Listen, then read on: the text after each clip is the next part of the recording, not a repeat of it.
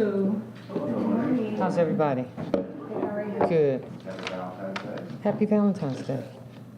I just wanted to bring you all up to date in terms of where we are, in terms of violence reduction, what we've experienced based on our call to action group, based on our interaction and working with the community, based on our violence reduction initiative that's going on in the police department currently, and some of the things that we'll be working on in the future that we think will help us make a difference in how we continue to drive violence down in the city. As I've always said, violence reduction is our #1 priority. And as you can see by the slides, January 1 to February 13th, homicides are down by 35.6%, and non-fatal shootings, same period, are down 50%. That's just in comparison to last year. Now, when we go to slide 2, I want to compare, that's the same time last year. Crime is down year to date across all categories, as you can see. Homicides down by 37%, non-fatal shootings 46%, down in almost every single category. What I understand about where we are is that this is not credited to one particular initiative. This is everybody. This is Ceasefire, going throughout the neighborhoods and communities asking people to put their guns down. This is the call to action group, and there's a list of all of the folks that have been engaged for some time now. The Baltimore brothers who patrol up in Park Heights and in other areas of the city. The Black Male Yoga Initiative.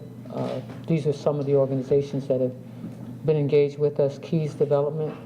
And I have to say the city agencies, because as you well know, we opened up our rec centers, especially in some of the most violent areas, Friday nights till 11 o'clock and Saturday nights till midnight. We're trending in the right direction. Am I satisfied? Absolutely not. Other initiatives that will come on board, but I want you to know where we are currently. And my hope is that as these other initiatives come on board, they'll help us to continue to drive violence down.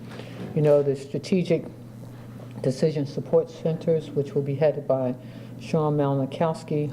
I think I talked about this some time ago, about the LA model, and I always continue to say, who would have thought in the 1980s and 90s that Los Angeles would be the poster child for violence reduction.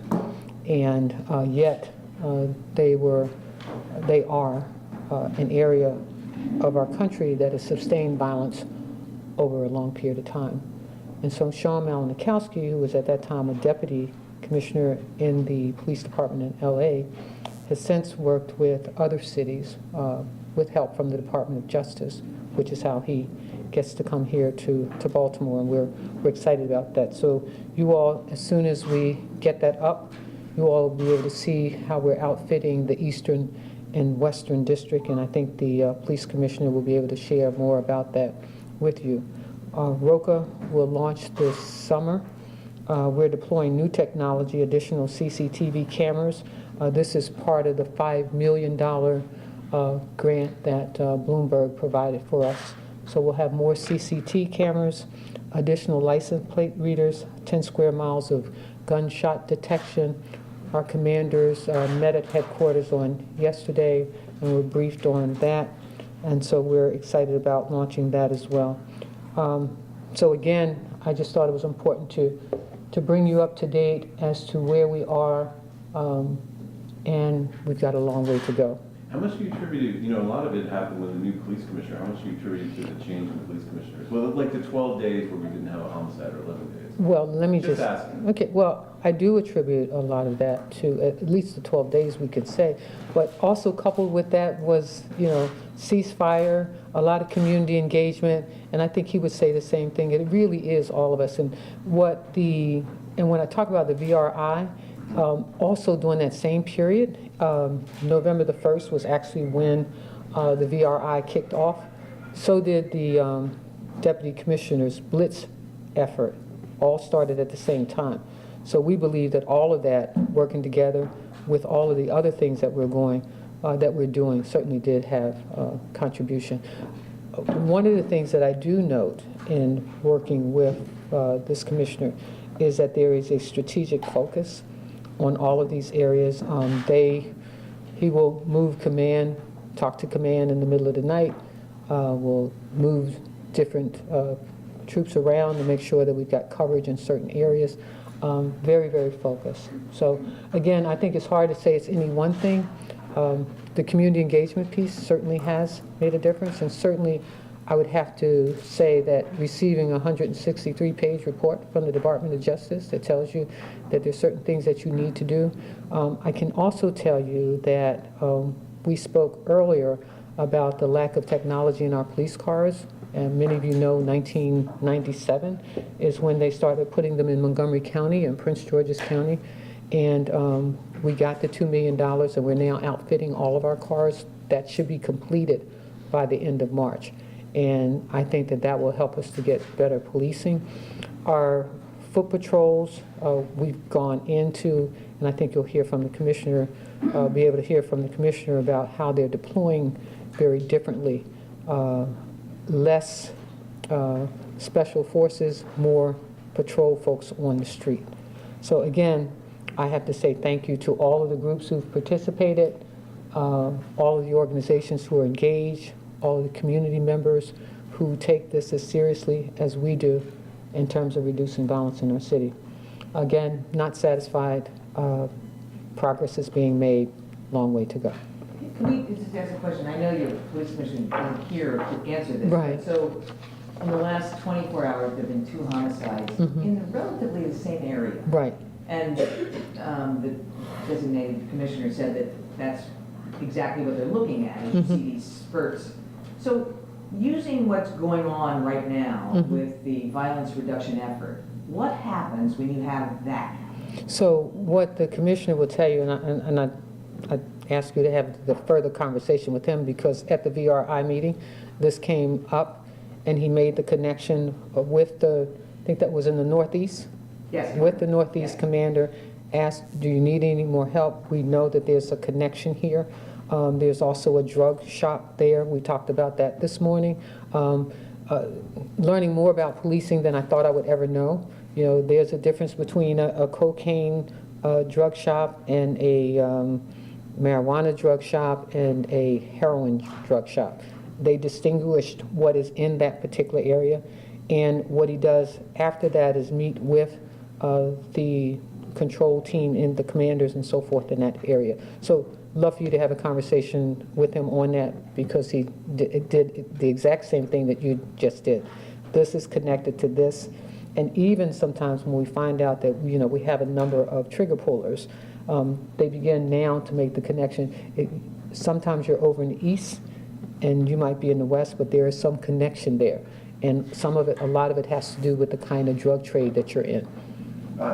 About toward the end of last year, when you started doing the violence reduction initiative meetings, and I believe there were announced 4 transformation zones, then it was to 5. And you pointed at the time to reductions in those zones.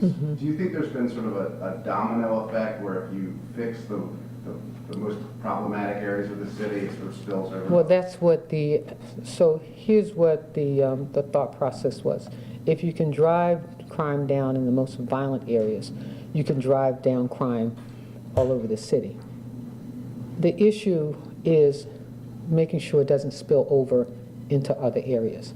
You know, it's why we are expanding safe streets.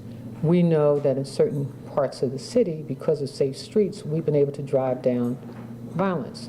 So now in our city's budget, you'll see an expansion of safe streets from 4 safe street communities to 10.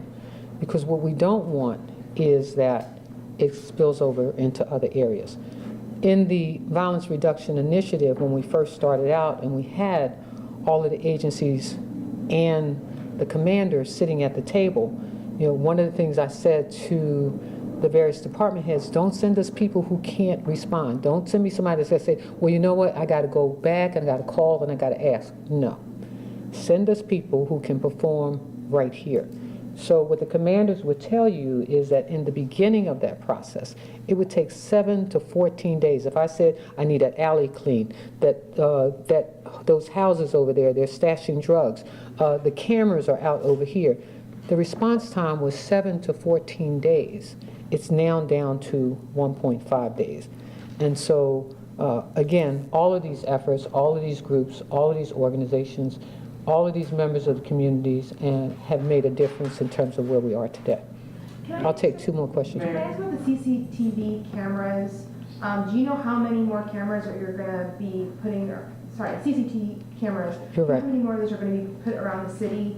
And which areas? Is it these high crime, used to be Yes. high crime areas? What we're doing is there is a mapping taking place currently, looking at where we don't have and what we need.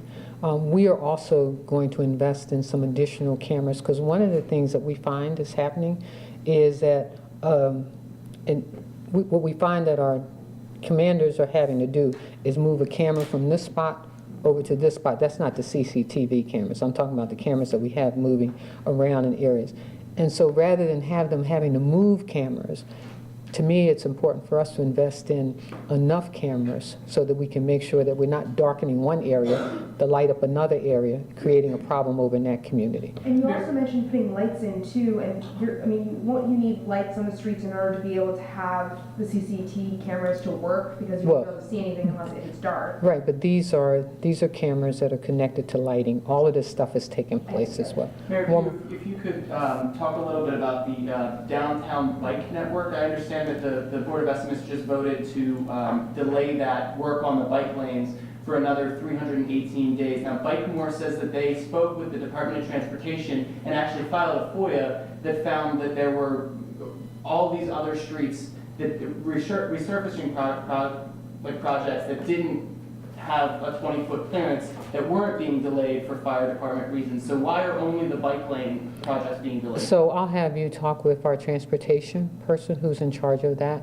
and we'll get you the proper answer. Because I don't want to give you information and there's some additional information that you need to get. So I'll make sure you'll get the right information. Thank you, everybody. Just for a second. Judge? Wait, is this the end of the press conference? Yeah. All of the availability? Yes. Well, what about the idea of disbanding the police department? How would you respond to that? Well, let me just say, you will meet with the police commissioner. He'll have his own press conference. He'll be sharing information with you. I'm certainly not disbanding our police department. You were going to sort of brief us on? Yeah, the judge will share that. Well, since you oversee the police department, I'm not disbanding the police department. As you can see, I think that, let me just say, we're trending downward. I think we're headed in the right direction. We've appointed a new police commissioner. We have a 163-page report by the Department of Justice that requires us to reform the police department, and those are the things that we'll continue to do. Thank you, everybody.